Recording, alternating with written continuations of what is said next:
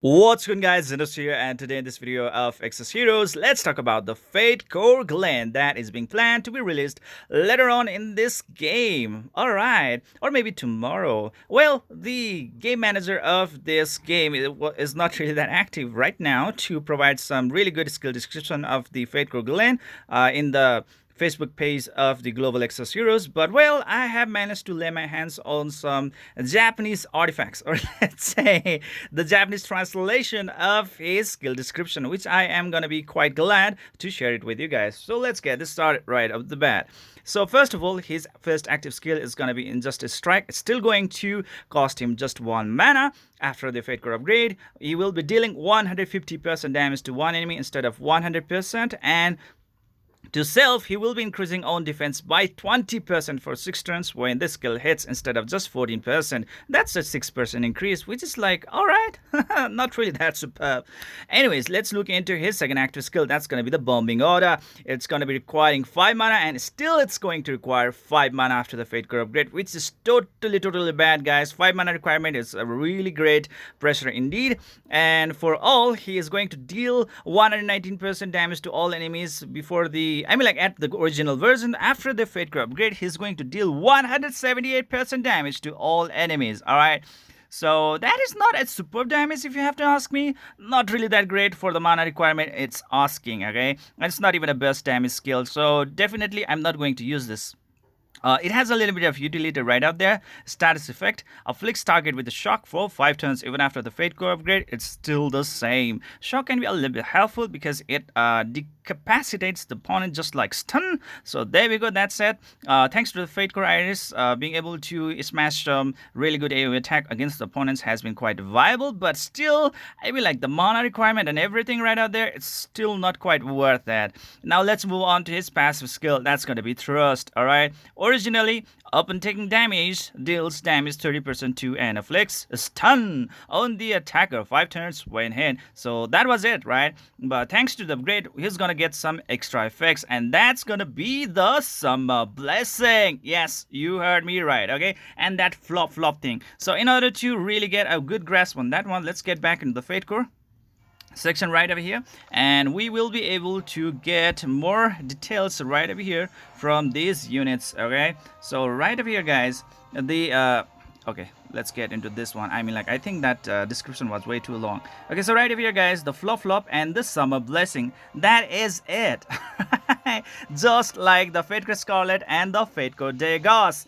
Okay, so what flop is doing is that if the caster has removable buff, recovery, positive effect applied, is valid attacks imbues modification for 3 turns. Thanks to the modification, the opponent is gonna be transferred into a dock. Yeah, a toy dock, alright?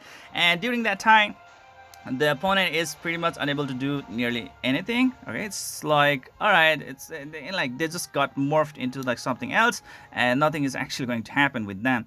And the next thing is that like there's gonna be the Summer Blessing. So what is up with the Summer Blessings? It's special. When the battle starts, grants frost damage immunity to all allies, can't be stacked. Yes, the frost damage immunity will be applied right away, and any kind of damage coming from the frost units, especially like Fate Core Battery, is going to be nullified once.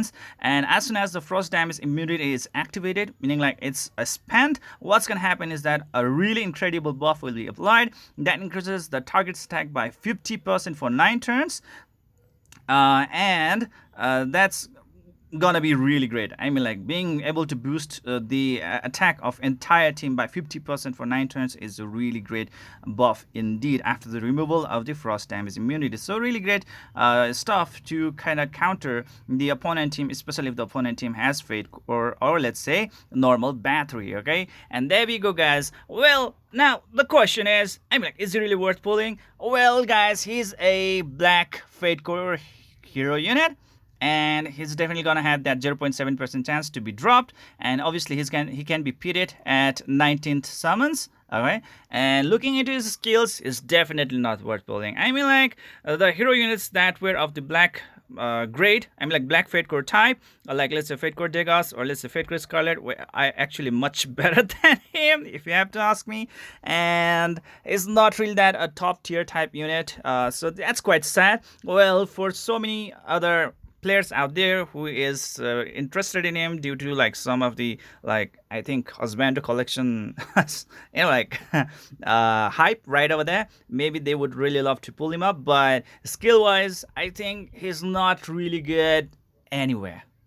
I mean, like in the PvP, no, like no probability at all, no possibility at all, so that you can add him into your current roster. No way, no way. There is no way that you will be able to use him in place of anyone. He cannot take place of any hero unit out there who are belonging to the current meta. If you use him in the team, there's nothing that he's actually going to really provide to your team, because like his skills are pretty much a copy paste, and on top of that one, his first active skill and second active skill is definitely going to be of no use at all. Okay, it's really really minimal. It's very disappointing indeed, if you have to ask me. So definitely not a pull for me. By functional features, he's like maybe like 4.5 or 4 over 10, something like that. Not really that great.